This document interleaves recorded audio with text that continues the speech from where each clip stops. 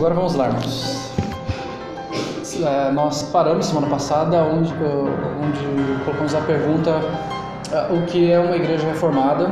Falamos da origem do termo, de como ele foi se desenvolvendo, de como a igreja foi desenvolvendo também a sua doutrina reformada e qual foi o motivo que a igreja ficou conhecida então como uma igreja reformada, ok? Eu tinha prometido aos irmãos que não ia usar muitos termos técnicos. Digamos assim que eu vou quebrar um pouco o protocolo, quebrar a promessa, mas até porque não tem como não falar sobre esses termos, mas de certa forma vou manter a minha promessa também de explicar o que aquele texto está falando, o que aquele termo está falando, tá? Para vocês tomarem ciência daquilo que está sendo falado aqui, dos termos que eram usados na época e que são usados ainda hoje, para que se alguém comentar contigo sobre alguma situação dessa, você tem você sabe do que a pessoa está falando. Então seu vocabulário, seu dicionário vai aumentar um pouquinho hoje aí, e espero que o seu conhecimento bíblico também. Como nós falamos da doutrina reformada, quando se fala de doutrina reformada, de igreja reformada, já normalmente se pensa nos 5 pontos do calvinismo, tá? Então se fala muito sobre isso, sobre você é reformado, então você é calvinista, então vocês creem nos 5 pontos. Então, o que são esses 5 pontos? Então a igreja reformada ela só crê nesses 5 pontos. Não é isso. Esses 5 pontos que a gente fala, eles existem, mas eles não é apenas nisso que a igreja reformada crê. Isso é um resumo acerca da doutrina da salvação. E eu queria então aqui trazer algumas informações importantes para os irmãos, para os amigos que estão presentes, para aqueles que vão nos assistir depois, sobre este assunto, acerca dos 5 pontos. Primeiro que os 5 pontos chamados do calvinismo, não foi João Calvino quem, entre aspas, inventou. Esses 5 pontos não foram inventados por Calvino. Porque as pessoas dizem, olha só, vocês creem na doutrina de Calvino. Não, nós não cremos na doutrina de Calvino, nós cremos na doutrina bíblica. O que Calvino fez, ele foi sistematizar uma doutrina que já existia. A doutrina bíblica sempre existiu. Então, quando você entra numa casa, às vezes ela não está bem organizada, você chega e vai colocar as coisas no seu devido lugar. Vamos dizer que tem alguma criança que mexe em todas as coisas lá e ela joga tudo no chão, e você vai chegar lá e você vai organizar tudo, vai colocar tudo no seu devido lugar, e você fala, agora tudo faz sentido. O lugar disso aqui é aqui e lá, então as coisas estão fazendo mais sentido. O copo não é no chão, o prato não é no quarto. Você vai ali, você começa a sistematizar, você começa a organizar as coisas. O que Calvino fez foi pegar isso e sistematizar esta doutrina que já existia. Uma doutrina bíblica que estava presente desde todos os tempos. Calvino chegou ali, não havia essa sistematização da doutrina. O que ele faz é organizar essa doutrina que já havia sido pregado por outros teólogos também. O que ele faz é organizar então este pensamento. Então, o problema não é a Bíblia. Nós não estamos falando aqui que a Bíblia traz esse pensamento de forma desorganizada, mas que não havia esta organização por parte dos teólogos, no sentido de ensinar a palavra de Deus desta forma organizada para as pessoas.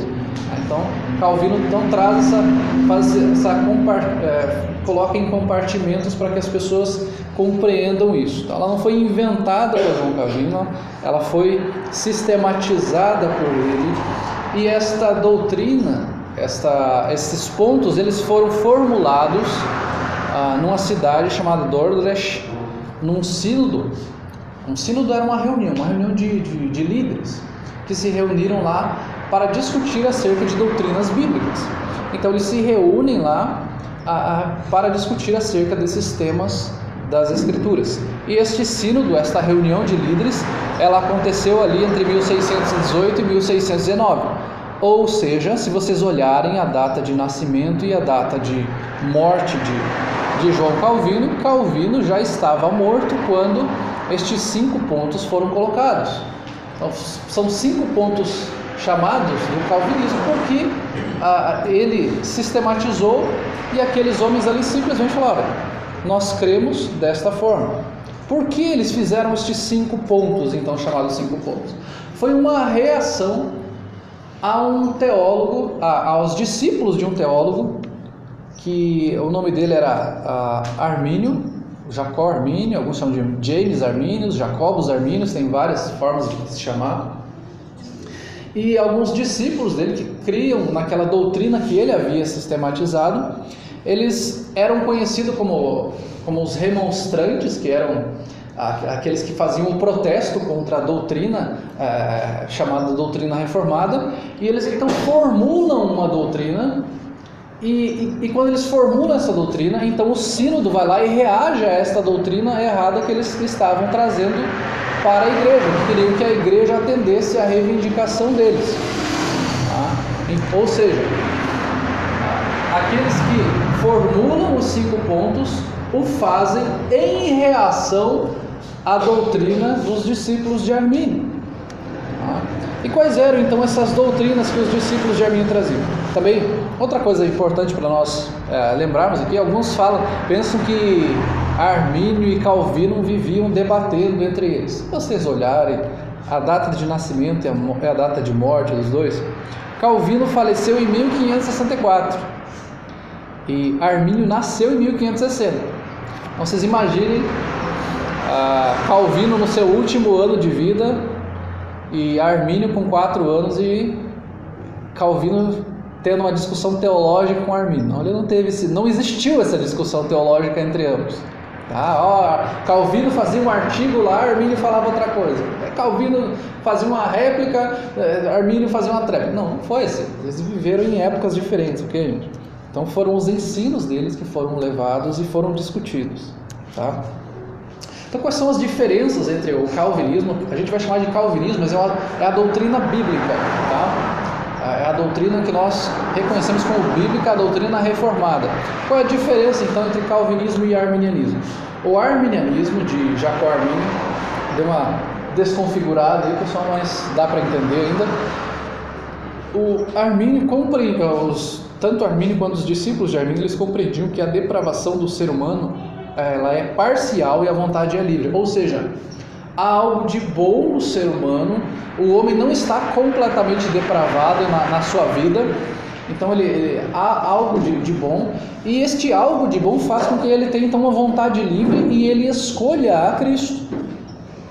Já o calvinismo, a doutrina reformada, fala que nós temos uma depravação total. O que é essa depravação total? Quer dizer que nós, como um todo, fomos contaminados pelo pecado. E esta é a questão que nós vamos tratar no dia de hoje. Vamos falar sobre depravação total. O arminianismo fala que a eleição, ou seja, a escolha de Deus é uma eleição condicional.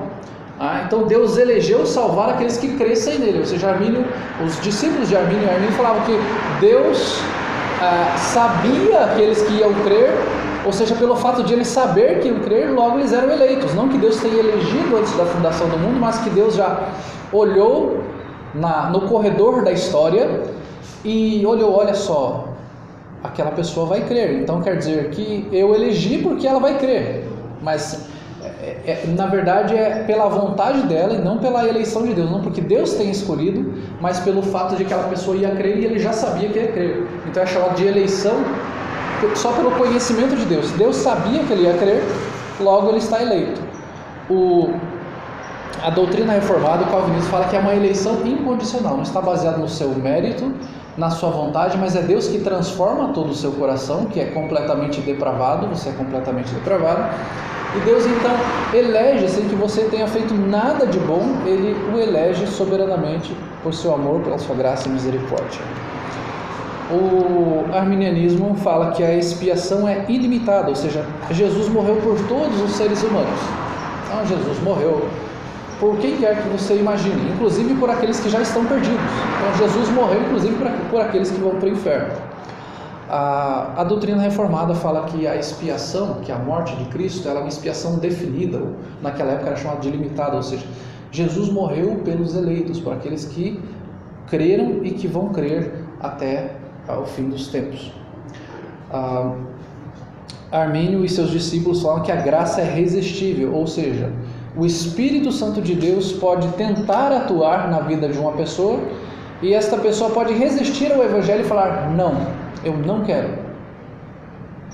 Já Calvino e os discípulos do calvinismo, os reformados, falam: não, esta graça é irresistível. Ela é irresistível no sentido de que quando o Espírito Santo de Deus agir no coração de uma pessoa, ela não consegue resistir ao Espírito. Ela vai crer de qualquer forma. A pessoa pode até ouvir o Evangelho e não crer, mas se ela não crer é porque o Espírito não agiu na vida dela. Porque se o Espírito agir na vida dela, esta graça é irresistível. Ela não tem como resistir. Não há outra opção para ela se não crer. E por último, os arminianos falam que é possível, existem algumas divisões hoje já sobre isso, que é possível ser desprovido da graça, ou seja, perder a salvação. Logo, se você creu pela sua vontade livre, se você escolheu, você também pode perder a sua salvação. Em algum momento você faz alguma bobagem e fala: perdi a salvação, eu estava salvo, não estou mais. Já a doutrina reformada nos fala que existe uma perseverança dos santos, que aqueles a quem Deus elegeu, atuou com o Santo Espírito de Deus e selou com o Santo Espírito da promessa, ele vai capacitar estes a viverem até o fim das suas vidas em perseverança no Evangelho, mesmo com fraquezas, muitas vezes caindo em pecado, mas o Senhor os levanta e faz perseverarem até o fim. Essas são algumas diferenças que nós vamos tratar a partir de hoje. Okay? Este arminianismo, naquela época, quando surgiu esta reunião, ele foi rejeitado. Eu vou ler aqui um texto de Joel Bick, do seu livro Vivendo para a Glória de Deus.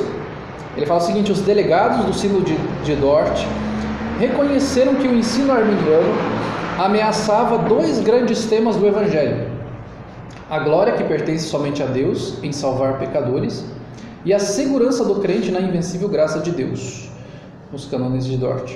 Os delegados refutaram o arminianismo em cada nuance de suas rejeições. No aspecto positivo, os delegados do sínodo expuseram as principais doutrinas calvinistas de salvação. Ou seja, eles olharam para aquilo que foi formulado pelos discípulos de Armínio e, em reação àquela doutrina, eles formularam então este contraponto, falando: aquilo que vocês creem é errado porque ameaça esses dois grandes temas do Evangelho, que é a glória que pertence a Deus. Vocês estão tentando dar glória ao homem, porque é o homem quem escolhe, é o homem quem define, ele quem pode ganhar e perder a salvação. E ele fala, e isso mexe com a segurança do crente, porque ele tem agora, mas daqui a pouco ele não tem mais. É aquela coisa que, eu tenho, mas de repente Deus muda de ideia e tira de mim. Então você tira isso das Escrituras e foi então uma doutrina naquela época completamente rejeitada. Mas se vocês fizerem um simples exame nas igrejas que nós temos hoje, a maioria delas crê desta forma, de uma forma arminiana, de uma forma que eles falam: não, é você quem escolhe, é você quem Deus é soberano, mas é você quem escolhe. Muitas delas não entendem essa questão da perda de salvação. Algumas falam: não perde a salvação. Mas principalmente igrejas pentecostais vão falar: olha, se você pisar muito na bola, você perde a salvação. Se você fizer alguma coisa muito terrível e se desviar, tem toda essa questão do desviar também, você perde a salvação. A salvação que você tinha, você não tem mais. Então isso foi formulado e foi feito um acróstico com as palavras iniciais. Logicamente que na nossa língua não dá as palavras iniciais, porque essa é em inglês isso, né? O tulip, né? Que é a tulipa, uma flor, que daí que se fala então da depravação total, eleição incondicional, expiação limitada, graça irresistível, perseverança dos santos. Então se alguém falar, na tulipa reformada, a tulipa reformada são os 5 pontos, porque em inglês, né, vai começar com T, a depravação total, né? Eleição incondicional, né, vai começar com U, unconditional, né? Então a depravação total não vai começar com depravação, mas vai começar com total, né? Expiação limitada vai começar com limited, então por aí vai. Então, esta é a tulipa teológica, que é quando alguém falar então da tulipa reformada, está falando dos 5 pontos do calvinismo, ok? Mais uma citação aqui, essa citação é de Franklin Ferreira, diz o seguinte: a depravação total é o estado atual da humanidade. Os reformadores e a maioria dos teólogos evangélicos descreveram o resultado da queda com as palavras depravação total. Esta expressão quer dizer que a queda afetou todos os aspectos do ser humano, cada poder, cada função, cada capacidade. Ela se refere à extensão e não à profundidade da depravação. Eu quero que os irmãos, que os amigos compreendam isso, principalmente por esta última frase. Ela se refere à extensão e não à profundidade da depravação. Ou seja, o que ele está falando aqui é: todas as partes do seu ser está corrompida pelo pecado. O seu pensar, o seu falar, as suas motivações, o seu sentir, tudo isso está afetado pelo pecado. Então ele não está falando de profundidade, ele não está falando, olha, você pode ser, você é 100% mal, no sentido de que você usa toda a sua capacidade para fazer o mal e você faz o mal. Se fosse assim, não existiria mais mundo, nós teríamos nos autodestruído há muito tempo. Então o texto não está falando isso, olha, você está se fosse a rotação do carro lá, você estaria no nível máximo de rotação lá do carro, lá está estourando. Você está fazendo tudo de mal que você pode estar fazendo. Não é isso. O que ele está falando é que cada parte do seu ser, cada compartimento da sua vida, cada setor da sua vida está corrompido pelo pecado. Você não pode falar, esta área da minha vida, esta área é boa, é o meu ponto forte. Por mais que seja o seu ponto forte, você tem qualidades nisso, mas ela está corrompida pelo pecado. Você não cumpre perfeitamente o padrão de Deus para aquilo. Você está corrompido pelo pecado. Então compreenda isso, que essa depravação total é no todo, e não que você está usando toda a sua capacidade. Quer dizer que você está contaminado em todas as partes do seu corpo. É como você vai até um rio e você fala, olha, lá na cabeceira do rio, no início dele, ele tem um nível de contaminação de 90% de um monte de coisas lá, de esgoto e tudo mais. Mas em certa parte do rio, ele tem uma água que ele é potável, dá para tomar, mas ele tem contaminação lá também. Mas ele tem uma contaminação que ela digamos, aceitável, que você consegue tomar. Se você pegar a sua conta de água, vai ver que tem um nível de coisas impuras que tem ali. Você fala, nível de impureza, tem coisa, tem isso, tem aquilo. Ela não é 100% pura, ela vem com alguma coisinha nela. Então é isso. Você não vai falar, olha, não, a água ela sai ali da torneira, ela não sai líquida, ela sai sólida. Não sai. Ela é pura no sentido de que você consegue tomar. Mas você fala, ela é completamente pura, ela não tem nenhuma impureza, não é verdade. Ela tem. Então o pecado é assim. Por mais que você fale, olha, eu estou vivendo uma vida de santificação, uma maravilha, estou próximo do Senhor. Mas existe algo ainda na sua vida que tem que ser tratado, e essa é a depravação total, porque sempre tem algo ali, em cada compartimento da sua vida há algo a ser tratado. Vamos pegar alguns textos aqui, Romanos 3, capítulo 3, versículo 10 ao 19. Veja o que o apóstolo Paulo nos fala acerca do ser humano. Este é um texto muito conhecido quando se fala sobre a depravação total, do estado do ser humano. Então, quando você ouvir falar sobre depravação total, você está ouvindo falar sobre o estado do ser humano, o estado de pecado dele.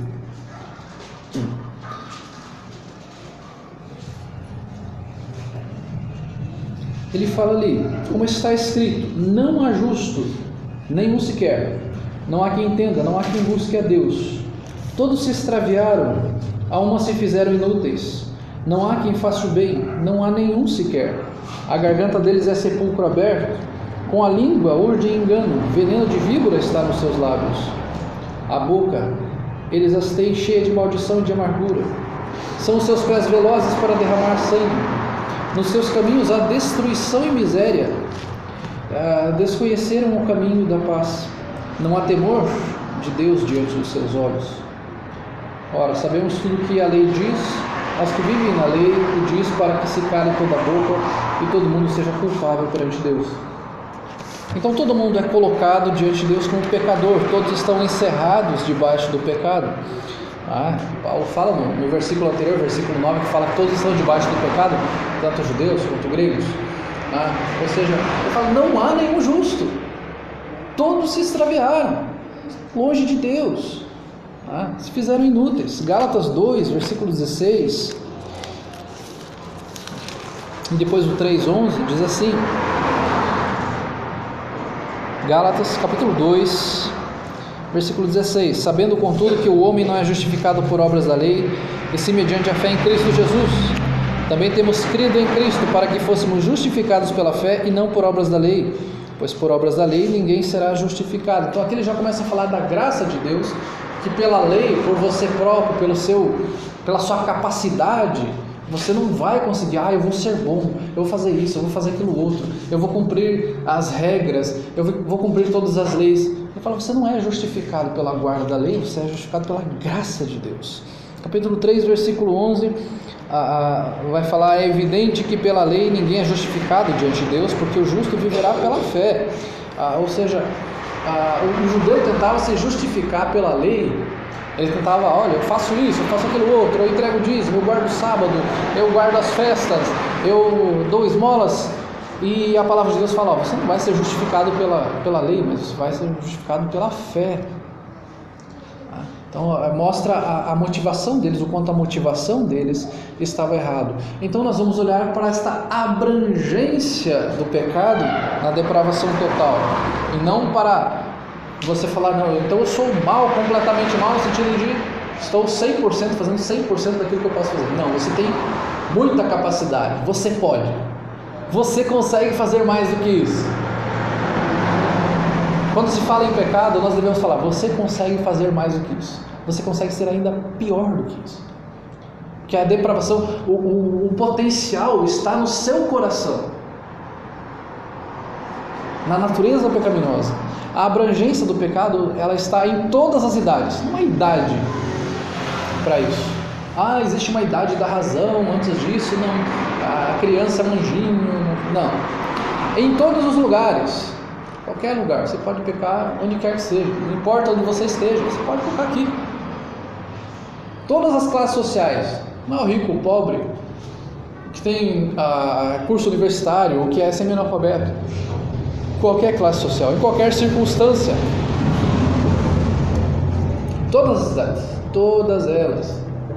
Você já viu alguma criança fazendo birra? A gente fala de fazer birra, principalmente em mercados, criança jogando no chão, que quer que o pai dê alguma coisa para ela, puxando o cabelo, e batendo no pai e na mãe, e gritando, porque se o pai não der aquele doce, aquele brinquedo, ela continua chorando, e o pai vai, então porque você está chorando, se você parar de chorar eu te dou, ou se você for bonzinho a partir de agora eu te dou. Isso é depravação total. Ele é um anjinho, ele não entende, ele entende.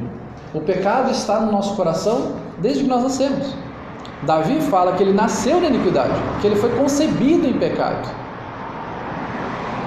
Em todas as idades há o pecado, desde pequenininho. Desde aquela criança que começa a fazer chantagem emocional com os pais, aquela criança que começa a manipular os pais. Eu já ouvi de pais, acompanhando pais em escolas ou coisa assim, então falar, eu não consigo mais com meu filho. E às vezes aquela pessoa tinha um filho de 3, 4 anos. E a pessoa fala, não consigo mais com meu filho, eu não consigo mais controlar meu filho, porque ele é rebelde, porque ele não sabe ouvir não. É pecado. Mas ele é inocente, ele não entende. Não, ele é pecador.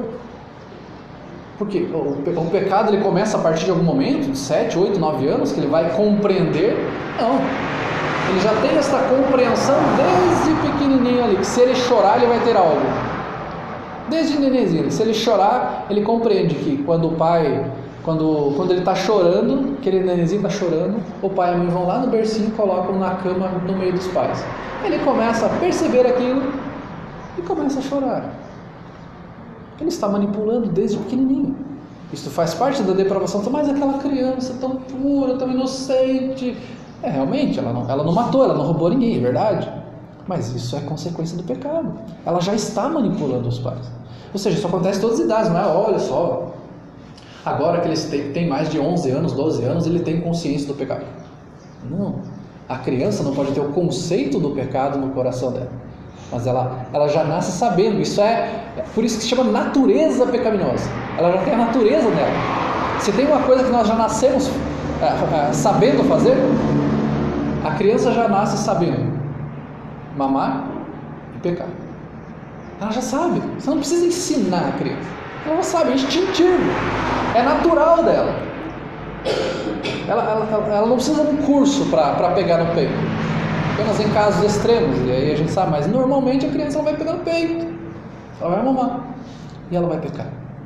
Porque é a natureza pecaminosa. É a depravação total desde o início da sua vida. Em todos os lugares. Não há um lugar específico. A depravação total acontece mais lá com os pobres, na favela, porque isso, porque aquilo outro. Gente, eu já morei na favela, tinha muita gente que era muito trabalhadora, pessoas honestas. Não é só. Você sabe muito bem disso. Você quer ver bastante gente corrupta, bastante gente que rouba? Vá para Brasília. Ou aqui na nossa cidade, em alguns lugares onde tem pessoas muito importantes. A corrupção, ao roubo. Nós conhecemos a Operação Lava Jato, todo mundo conhece a Operação Lava Jato. Ela aconteceu com quem? Com empreiteiras, políticos, presidente da República, senadores, deputados, pessoas que ganham ali horrores. As pessoas falam, não, é porque tal pessoa, ela pecou porque ela não teve oportunidade, ela roubou porque ela não tinha dinheiro. Não, os caras aqui, muitos deles ganham milhões, milhares de reais todo mês. Eles roubam, continuam roubando e roubando, cada vez mais, roubam mais. Então, e é em todos os lugares, é empreiteiro, é senador, é deputado. Você vai na favela, tem ladrão? Tem. Mas lá na mansão também tem. Em qualquer lugar, porque a depravação ela é total, ela corrompeu todo o ser humano. Não foi só o pobre, o rico também, o milionário. Esses tempos aconteceu lá um escândalo numa das montadoras de automóvel lá, que deu um certo problema lá com um cara que fez alguns trambiques lá. Mas ele tinha todas as oportunidades, ele ganhava muito dinheiro. Os administradores da Vale, lá, um dos caras responsáveis pela Vale, daquela barragem que rompeu, ele ganha 5 milhões de reais por mês, fora plano de saúde, os bônus que ele recebe, 5 milhões por mês. E ao que tudo leva a crer que aquilo lá aconteceu porque eles forjaram um laudo, eles forçaram a pessoa a dar um laudo favorável. Isso é corrupção. Mas ele fez isso porque querendo justificar. Não, olha só. Ele é um cara que ganha muita grana. O problema não é a instrução. Tem muitas pessoas que têm grande instrução que usam esta instrução para se corromper. Todas as classes sociais, como a gente estava falando. Mas aquela pessoa ela é drogada porque ela não tem instrução. Ela é ladra porque ela não tem sonho. Irmãos, eu já fui universitário e já trabalhei no meu universitário vendendo pão, inclusive. O lugar que mais tem drogado por metro quadrado é entre o universitário. É muito drogado. A droga, promiscuidade sexual, onde você mais vê é ali. A corrupção que há no meio universitário é gigante, gente. Universitários comprando trabalho, comprando monografia.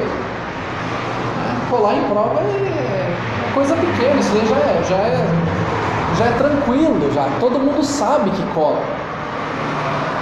Mas eles compram trabalho, não fazem trabalho, eles compram de alguém, pagam lá, a pessoa faz para ele.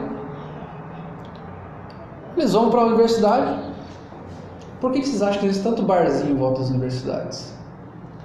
Você passa lá na frente e você sente o cheiro de maconha facinho, facinho. Eu batia na porta dos universitários, eu vinha aquela fumaça para fora, quase ficava drogado junto com eles, tanto fumaça tinha dentro dos quartos. Então não é, olha só, ele é drogado porque ele não teve oportunidade. Não, gente.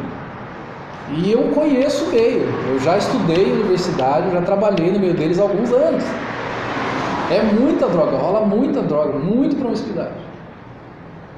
Tem, entre as classes baixas também tem, porque eu também morei muitos anos em favela e sei que tem muito lá.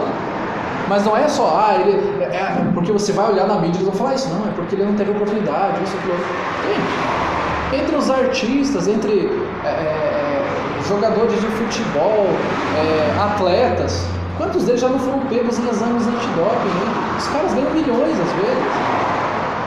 Então a questão não é dinheiro, não é informação, é a depravação, é o coração do ser humano. Não é onde ele mora, não é o quanto ele ganha, o quanto ele estudou. É que há algo em comum entre todos nós. Há algo que a classe social não nos separa.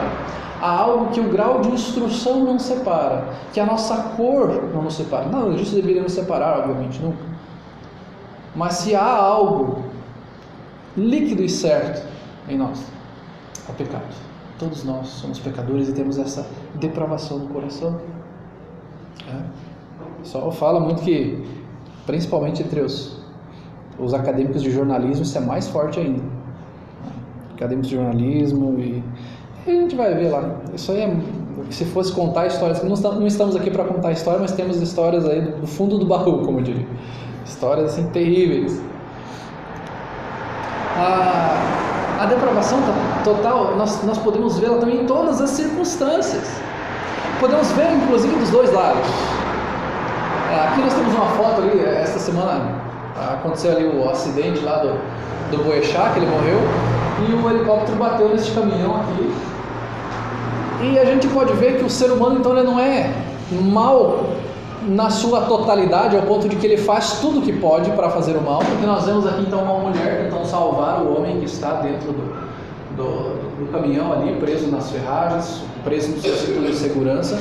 Então a gente percebe, olha só, há alguns momentos que a pessoa ela usa assim a sua sensibilidade e ela vai tentar ajudar alguém. Realmente, você vai ver, olha, existem pessoas que ajudam os pobres, existem pessoas que dão comida, que dão roupa, existe uma assistência às pessoas, você vai lá e socorre alguém, isso é verdade, isso é verdadeiro. Por outro lado, você também vê a depravação do ser humano. Aqui, ó, não tem uma foto mais ampla aqui, mas se você for pegar uma filmagem na TV, você vai ver que as outras pessoas estão filmando de volta. E a mulher está gritando lá, por favor, mas alguém me ajude aqui. E o pessoal estava preocupado em receber os seus likes no Facebook, em ter ali comentários, em tirar uma foto, em filmar e falar, olha, eu estava naquela cena lá, que agora está rodando no mundo inteiro, que todo mundo está assistindo a TV, e eu estava lá. E aí você recebe likes e compartilhamentos, e as pessoas vão estar ali próximas a você, e você vai se tornar uma pessoa popular. Isso mostra a maldade do coração do ser humano. Então perceba que ela pode ser vista dos dois lados. Que você não é tão mal quanto você poderia ser, que você não usa todo o potencial que você tem, mas que também você tem potencial para isso. Mostra a depravação, mostra o ser humano preocupado com si próprio, preocupado com seus likes, preocupado em que as pessoas curtam e compartilhem o seu conteúdo, preocupado em ser aprovado pelas outras pessoas, em mostrar o quanto você é o espertão, quanto você está ali na cena. Isso na verdade é até criminoso, se você for olhar. Então a pessoa que, se não for socorrida, ela pode morrer, e você está preocupado em filmar, fotografar. Você pode perceber a depravação total nas artes. Algum tempo atrás, teve um banco aqui no nosso país que fez uma exposição com um homem nu, em que inclusive tinham crianças que poderiam tocar este homem nu. A arte pode ser algo muito belo, em que você pode contemplar e ver, olha que quadro lindo, que escultura bonita. Mas este nosso talento que foi dado por Deus, ele é corrompido pelo pecado. Ou seja, olha, Deus deu um talento para essa pessoa fazer uma arte, um quadro lindo, uma coisa maravilhosa, uma escultura. Mas ela usou a sua criatividade para dizer que colocaram um homem pelado, deitado num salão lá, para as pessoas poderem tocá-lo, que aquilo é arte. Então ela usa algo que Deus lhe deu para o mal, para o pecado. Isso se chama depravação total. Mostra que você está corrompido pelo pecado. A música. Uma pessoa ela pode ter a capacidade de fazer belíssimas letras. Ela pode ter uma voz bela, uma voz linda, maravilhosa, afinada. Mas ela usa a sua voz linda, bela e maravilhosa, e ela usa o seu talento para tocar um violão, para tocar uma bateria, um teclado, para falar coisas que são imorais. Outras nem têm tanto talento assim, cantam funk. E aí você vai ver as letras, se ouve as letras por aí, você fica horrorizado com aquilo. Mas Deus dá talento para as pessoas. E essa pessoa usa a sua bela voz para cantar sobre que ela gosta de ser infiel, que se o namorado brigar com ela vai procurar outro, que ela não está nem aí para traição, que é bom ficar com todo mundo ao mesmo tempo. Ela usa um talento e corrompe esse talento, trazendo coisas ruins. O cinema, você pode fazer filmes belos, com belas mensagens, com aprendizado, com algo que vai te trazer ali um conhecimento, ou até que vai te entreter. Falar, olha só que história legal, que história de mistério boa, que história interessante, olha só que história de detetive legal, que aventura legal. Mas nós estamos nos tornando cada vez mais insensíveis. O pecado vai nos tornando cada vez mais insensíveis. E cada vez os filmes têm mais cenas que envolvem sexualidade. Não importa o filme, do nada aparece alguém lá nu, tendo uma relação sexual. Isso tem... Você usa um talento e fala, para eu chamar a atenção, eu tenho que colocar aqui uma mulher nua, tenho que colocar um homem tendo uma relação com ela. E mais do que isso, os pais estão aprovando isso e deixando seus filhos assistirem, inclusive. Então, percebam, um talento ele é usado de forma corrupta, usado para mostrar a imoralidade sexual. O cinema, filmes, as redes sociais. Redes sociais deveriam ser algo muito bom para você se informar, para você ter contato com pessoas. As redes sociais, ao invés disso, são usadas para nos distanciar de pessoas. Percebam como a depravação total está envolvida. Quando surgiram as redes sociais, quando surgiu a internet, olha só, isso vai nos aproximar das pessoas do outro lado do mundo. Só que ela nos distancia da pessoa que está ao nosso lado. Porque nós ficamos só teclando ali daí. Nós ficamos distantes das pessoas. Aquilo que deveria ser algo bom se tornou algo ruim. A gente fala, não, a internet vai nos dar algo mais seguro. Ela vai nos dar ali a oportunidade de fazermos uma operação bancária sem irmos até o banco e termos o perigo de sermos assaltados. Mas aí surgem os hackers. Perceba que tudo está contaminado com o pecado. Que aquilo que deveria ser algo bom se usa para o mal, se usa para a corrupção, se usa para fazer aquilo que é errado. Eu lembro de quando eu era criança que surgiram essas coisas de, olha só, no futuro você não vai precisar nem sair de casa para fazer compra, vai ser tudo muito seguro. Nada, não tornou mais seguro. Você continua tendo, pela internet você tem que colocar um antivírus, você tem que tomar cuidado ali para se o teu computador não vai ser hackeado. Não tem problema, igual. Essa é a depravação total. Corrompe todas as áreas da sua vida, da minha vida. Isso se chama depravação total. A Confissão Batista nos diz assim, quando vai falar do pecado de Adão: por esse pecado, nossos primeiros pais decaíram de sua condição original de retidão e comunhão com Deus. No pecado deles, nós também pecamos. E por isso a morte veio sobre todos. Todos se tornaram mortos no pecado e totalmente corrompidos em todas as faculdades do corpo e da alma. Ou seja, o que a confissão batista aqui está falando é que o pecado de Adão, ele nos foi dado a nós como herança, e este pecado então gera a morte, esta morte espiritual que nos distancia de Deus, que nos corrompe completamente, corrompe todas as nossas faculdades do nosso corpo e da nossa alma. Jeremias 17:9 vai falar que enganoso é o coração e desesperadamente corrupto. Ora, quantas vezes você já ouviu alguém falando, dando uma orientação? Ouça o seu coração. Ouça o seu coração. Você, menino, está apaixonado por um garoto, por uma garota. Ouça o seu coração. Ele é incrédulo, mas ouça o seu coração. Se você está gostando, se o seu coração está dizendo para você assumir esse relacionamento, assuma, ouça o seu coração. Mas se você conhece o seu coração, se você conhece a Bíblia e sabe, olha, eu sou completamente depravado, o meu coração é corrupto, é enganoso, então eu devo escutar a Deus, a sua palavra. E a palavra de Deus diz que eu não devo me unir com uma pessoa que não crê no Evangelho, eu não devo me unir em julgo desigual. O texto ali não está falando exatamente sobre a questão de relacionamentos, mas ele é aplicável a isso. Perceba, gente, nosso coração é enganoso, é corrupto. Por isso que nós devemos ouvir a Deus e não a nós. Imagina você ouvindo o seu coração em tudo que você vai fazer. Imagine você ouvindo o seu coração quando você toma uma bronca do seu chefe e você pensa em falar algo. Será que você ouve o seu coração? Você fala, não, mas o prudente é eu ficar quietinho, porque senão você é demitido. Você não ouve o seu coração nessas oportunidades, porque muitas vezes, de repente, você tem aquela coisa, vou falar algumas coisas aqui que eu gostaria de falar. Você faz aquilo que é o correto. Você faz aquilo que é o certo diante de Deus. Você obedece às autoridades, como a Bíblia manda você fazer. Você entende que uma autoridade ela é instituída por Deus. Você imagina se nós fizéssemos tudo que o nosso coração mandasse.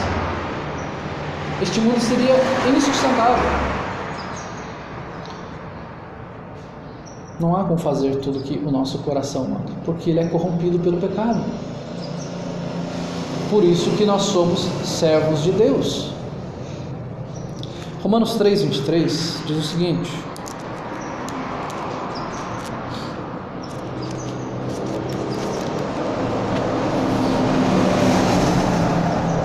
pois todos pecaram e carecem da glória de Deus. Fala, todos pecaram e carecem da glória de Deus. Não há ninguém que possa falar, eu não tenho problema com o pecado. Todos pecaram e necessitam da glória de Deus.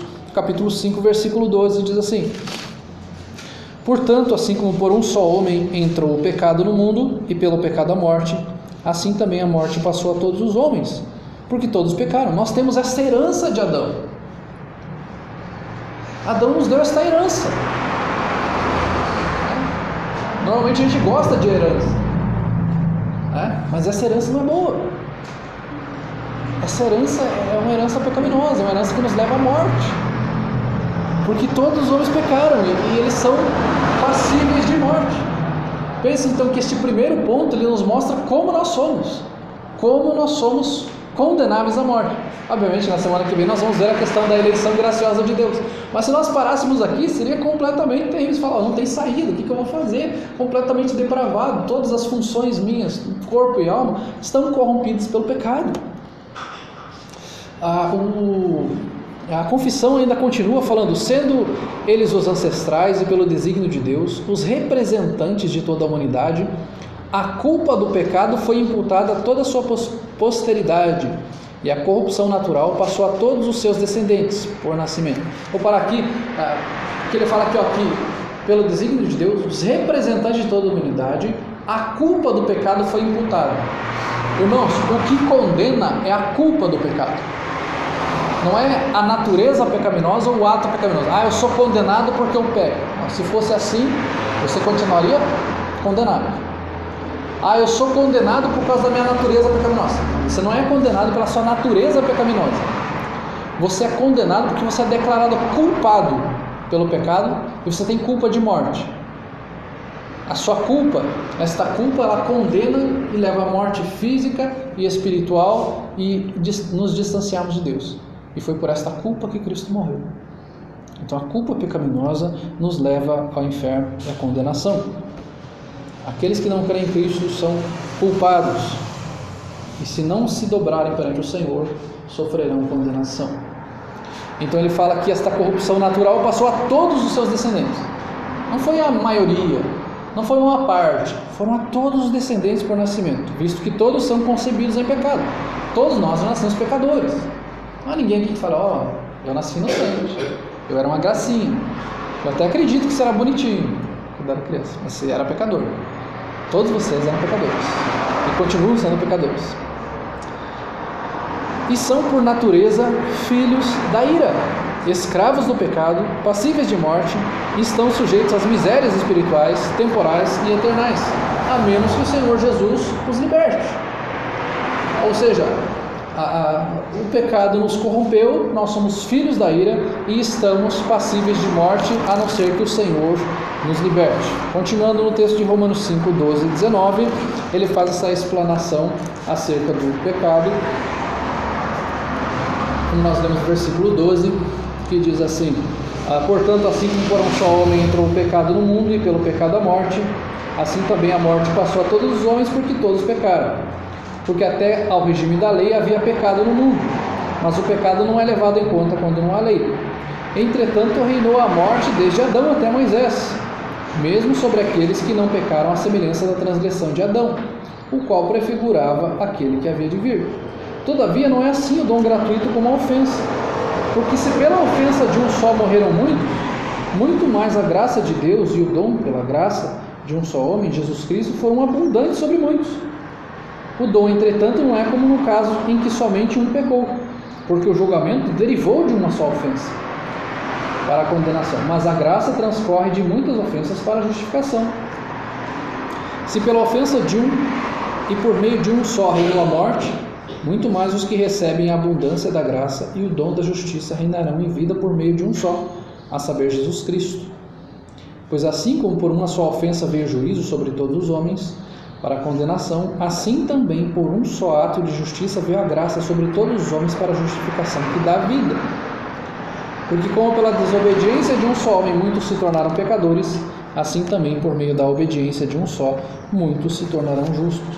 Perceba aqui que ele faz, trocando em miúdos, obviamente, nós poderíamos fazer algumas pregações só nesse texto, mas ele faz esse contraste entre o pecado de Adão e este pecado que se alastra por toda a humanidade e leva à condenação e à morte, e a obediência de Cristo que nos traz a vida. Então, ou seja, por um veio a morte, por Cristo veio a vida. Adão, pelo seu pecado, trouxe a condenação. Cristo, pela sua obediência, trouxe justificação e salvação. Então não há motivo também para nós ficarmos desesperançosos. Poxa, todas as minhas faculdades foram corrompidas pelo pecado. Mas em Cristo nós somos libertos da culpa do pecado. Ele nos conduz à vida eterna, não pelos nossos méritos. Perceba que a depravação total nos mostra que nós não temos mérito algum. O mérito é de Cristo. O mérito está no Senhor. Porque Ele mostra a condição que você está e fala, olha, você não tem condição alguma. Você é causa perdida. Não há o que fazer, deu PT em você. Deu perda total, não há o que fazer. Manda um ferro velho lá e ele tem que fazer. Mas ele fala, mas eu vou tirar você da condenação, te trazer para a salvação. E ele ainda fala aqui, da corrupção natural procedem todas as atuais transgressões, porque ela nos torna completamente indispostos, incapacitados e contrários a todo bem, totalmente inclinados para todo o mal. Ou seja, nós nos tornamos pessoas indispostas a obedecer ao Senhor. Nós somos inclinados para o mal. Há um texto aqui das Escrituras onde o Senhor fala do nosso coração, Mateus capítulo 15. Este texto é muito importante para você e eu compreendermos, e usarmos para as nossas vidas e não começarmos a gerar desculpas para o nosso pecado. Mateus capítulo 15, versículo 19.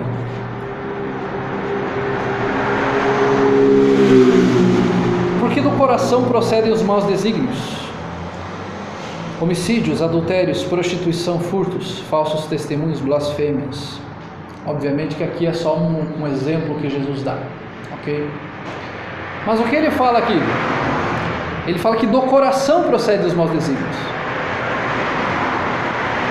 Ele não fala, olha só, você adulterou porque o seu esposo ou a sua esposa não estava te dando atenção, então é plenamente justificável você cometer adultério porque você estava sendo negligenciado no casamento. Não, ele está falando, é do seu coração, é o mau desígnio do seu coração. O meu filho está nervoso hoje porque aconteceu alguma coisa na escola e ele está irritado. Não, é o coração dele. O problema na escola, o problema,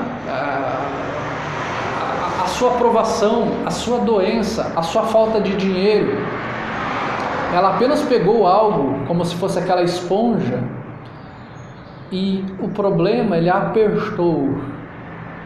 É como se a gente apertasse aquela esponja e ela saísse aquela água suja de dentro dela.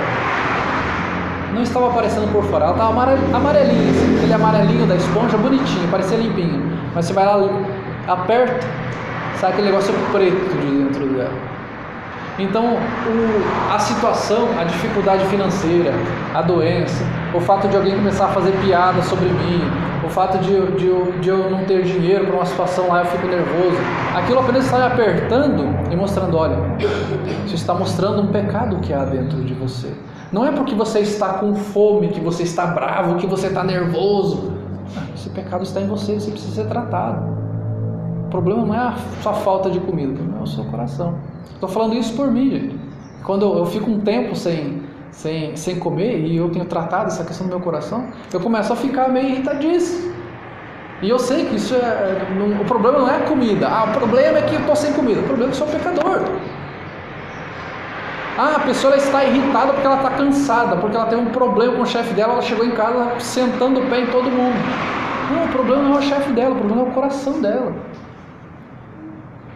Ela chegou aqui irritada porque ela fala que ela está com algum problema ali de saúde. Ok, a gente entende, a gente se sensibiliza com o problema de saúde, mas aquele problema está apenas revelando o seu coração. Ela está assim porque ela está passando por uma dificuldade financeira. Então se ela tivesse dinheiro, ela não estaria assim. Então a questão é o dinheiro é que muda o coração dela, não é Cristo.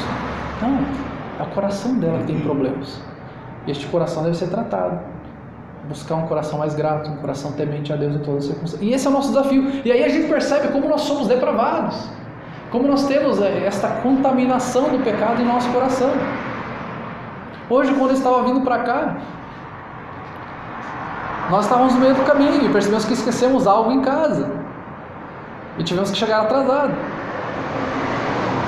E já vem aquela questão no coração. Você já começa a ficar meio diferente. E aí você começa a pedir assim, Senhor, trata meu coração. Trata meu coração. Trata a minha vida. Porque eu sou pecador. O problema de eu ser... De eu estar mal, não é o problema de ter estragado o meu celular. Estragou o meu celular, por isso estou mal-humorado. Caiu o Wi-Fi, por isso que eu estou mal-humorado. Terrível, né?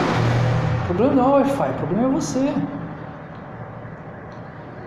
Alguém me negativou nas minhas redes sociais, por isso que eu estou irritado. Não é por causa disso, é o teu coração. Há um problema no seu coração. Problema, é algo pecaminoso. Perceba que desde a queda nós começamos a dar desculpas. Senhor, foi a mulher que tu me deste.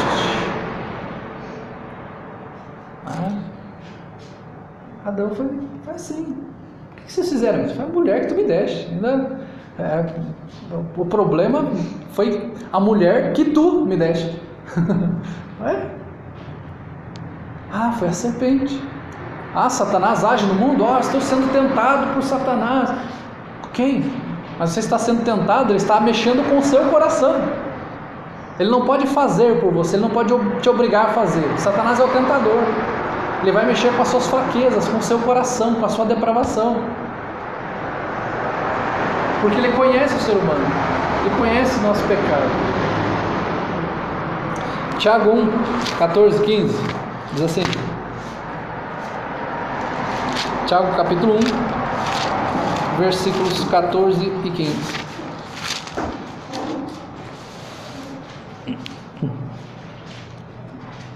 Capítulo 13 vem falando, versículo 13 vem falando que ninguém deve dizer que é tentado por Deus, né? Porque Deus não tenta ninguém. Aí o versículo 14 vai falar ao contrário: cada um é tentado pela sua própria cobiça, quando esta o atrai e seduz. Então a cobiça, depois de haver concebido, dá à luz o pecado, e o pecado, uma vez consumado, gera a morte. Fala como se, usando a ilustração de uma concepção aqui mesmo, de uma sedução, de você gerar algo, e este algo é a morte. Você é atraído, seduzido por algo que você acha vantajoso, legal, bom. Isso vai me trazer muitos benefícios, e aquilo te traz prejuízo, te traz morte, te traz mau testemunho, te traz destruição. Você às vezes quer comprar algo e fala: nossa, isso vai ser algo muito bom, e aquilo é tentador para você de tal forma que você compra, e aquilo te afasta da sua família, endivida você, causa crises familiares, causa crise com um monte de gente, e traz destruição. O pecado é assim.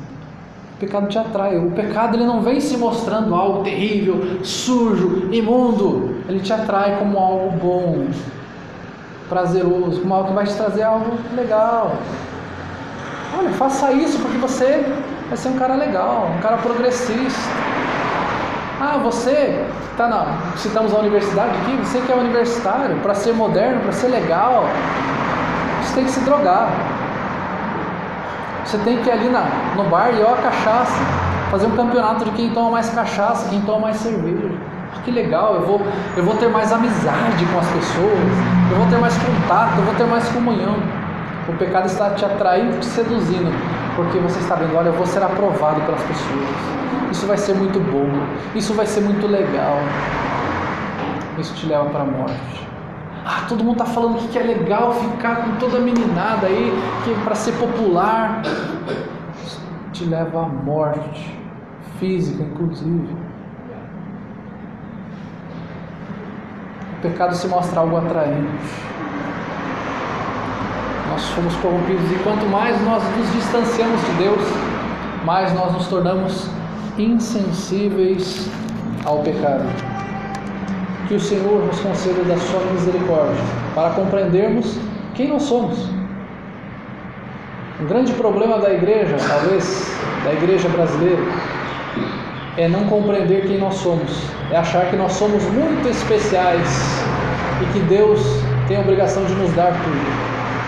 Nós precisamos ter uma compreensão mais exata de quem nós somos, para nós cultuarmos Deus de uma forma verdadeira, cultuarmos a Cristo de uma forma verdadeira.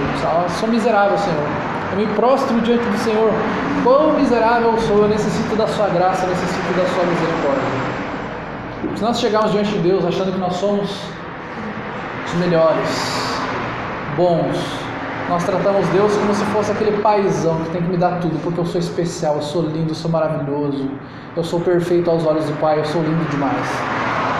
Não é isso. Você é pecador, você necessita da graça e da misericórdia de Cristo, e só em Cristo você alcança a redenção, pela graça dele. Que Deus abençoe e nos conceda a paz verdadeira para vivermos Cristo em nossas vidas e não a nós mesmos. Que Deus abençoe. Irmãos,